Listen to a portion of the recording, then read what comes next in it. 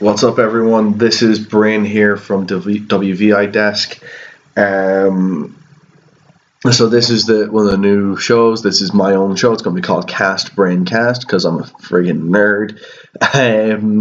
So the show is basically going to exist purely to kind of talk about overflow topics and just like little bits and pieces that happen that either won't fit into our hour-long show, or just stuff that we didn't have time for, or just stuff that just doesn't really have a place in an hour-long conversation. So obviously we've been away for like a month. I didn't even realize it had been that long since we talked to you guys, and since we actually recorded, and like that episode's been like now out. As you're listening to it, it's already been out for like a couple of hours. So if you listened to it, you would have heard me sing the praises of Neville. 2 days after we recorded that, Neville asked for his release. He still hasn't gotten it. There's been people who've been released from their contracts from near the end of October. Around the end of October, that we saw people getting released. Most of the names weren't really that shocking. I mean, we heard that Summer Rae got released and Darren Young. Neither of them had been on TV for very long, and neither of them had really ever shown any signs of being someone who's going to be noteworthy in the history of WWE. I mean, when Summer got released, people were just showing videos of like that she's actually a really nice person, which is great, but that only gets you so, being a nice person unfortunately only gets you so far in life. But she worked for WWE for quite a while, so that is something. Unfortunately,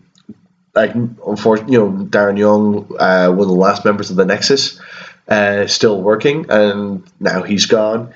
We also heard that Sawyer Fulton was gone, and he hadn't seen him on NXT for a year. And he's been very adamant that he's going to go back to the Indies and try to make a name for himself that way and follow in the footsteps of some of the guys who had been in WWE and left, like Cassius Ohno and Drew Galloway.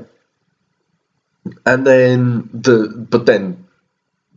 there was the shocker in Emma being announced, just because she'd only wrestled earlier that week against Asuka.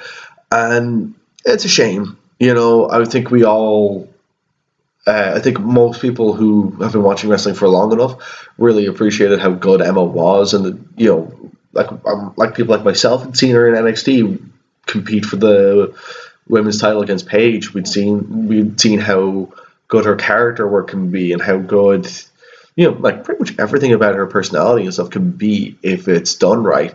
It hasn't really. Her first run on the main roster didn't translate very well. Her second run was hampered by injuries, and then they also put a gimmick that she didn't want any part of on her, and that's a shame for her. But the good thing is that the Indies are in a much better position than they were even when she was before she got signed. They're in a much better position now. She definitely would be someone I would be looking forward to see what happens with her, because I would fully expect to see her turn up in places like Shimmer, and turn up in Japan, and even come over here to progress into OTT. I would fully expect to see that happen.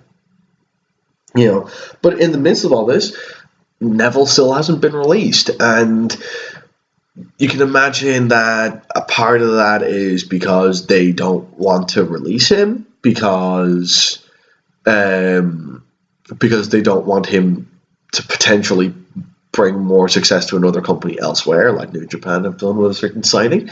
I'm sure we're going to talk about that soon enough. But I can understand them not wanting him to go, but the problem is that they're not exactly doing anything to entice him to stay. They put their Cruiserweight title on him and have done very little to promote how good he has been in terms of his character work. They've kind of been just content to use him as much as they can. In terms of getting merchandise for him, they haven't really done anything for him. Any kind of t-shirts I've seen have been very subpar. like this is for a guy who has one of the most over gimmicks right now. He's been playing a very entertaining, dominant heel character, and for that